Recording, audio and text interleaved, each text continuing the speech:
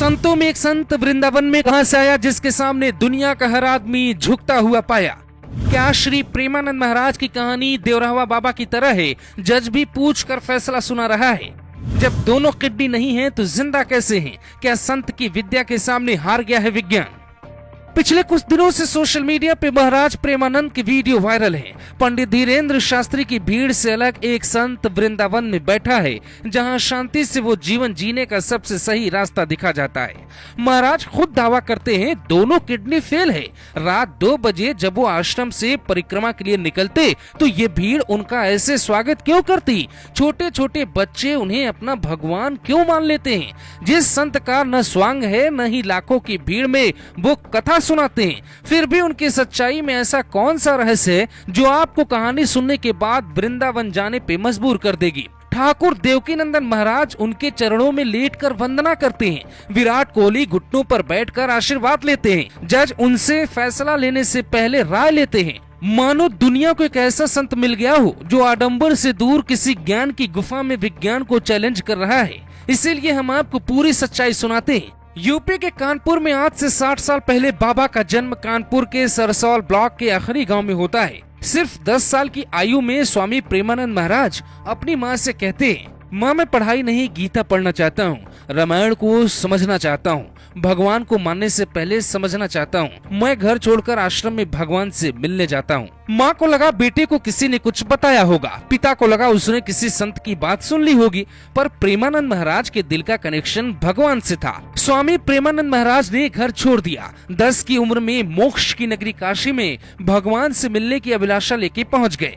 महाराज खुद बताते हैं, मैं वाराणसी में 4 बजे भोर ही गंगा स्नान करता, फिर भिक्षा मांग के प्रसाद ग्रहण करता, सत्संग में ध्यान लगाता।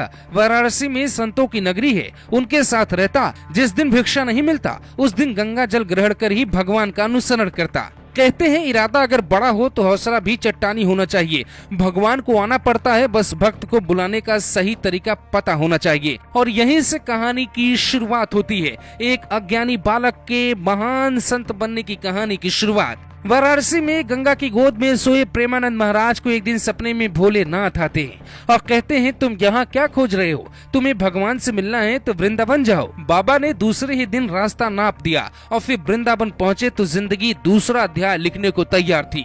वृंदावन में श्री द्वारकाधीश के दर्शन करते हुए प्रेमानंद महाराज फूट फूट के रोने लगे।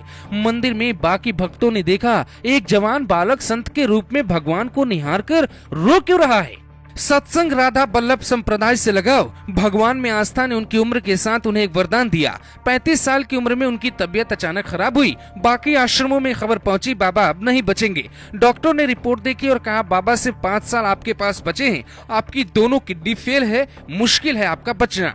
बाबा को लगा 5 साल है, भगवान की पूजा करते करते ही मौत मंजूर होगी, पर जो हुआ वो किसी चमत्कार से कम नहीं है। पिछले 25 सालों से महाराज दोनों खराब किडनी के साथ जिंदा है, तो वो क्यों हैं ये भी आपको समझाते हैं। कुछ दिन पहले ही विराट कोहली मिलने पहुंचे और फिर गूगल पे सबने खोजा कौन है प्रेमानंद महाराज। फिर सुप्रीम कोर्ट के वकील, चाय सुट्टा बार के मालिक, गरीब अमीर, राजा प्रजा सब मिलने पहुंचे। बाबा को न किसी का परिचय पता है न किसी का इतिहास। कौन है विराट, कौन है आम इंसान, सब उनके लिए एक जैसे होते हैं। दावा किया जाता है कि वो न चढ़ावा लेते हैं, न मदद लेते हैं, न किसी के प्रभाव में वीआईपी मुलाकात करते हैं। कुछ दिन पहले रात्रि में वृंदावन में परिक्रमा के दौरान 2 बच्चों का वीडियो वायरल हुआ। दोनों बच्चे महाराज प्रेमानंद से प्रभावित है, उनके आश्रम के साथ जुड़े हैं। उनका ये वीडियो देखकर आप अंदाजा लगा सकते हैं जो बच्चा 10 साल की उम्र में घर छोड़ के भगवान से मिलने पहुंचा था वो आज कहाँ है। आज बच्चे उनसे मिलने के लिए रात में भजन करते हैं, क्योंकि स्वामी प्रेमानंद महाराज में कुछ तो ऐसी बात है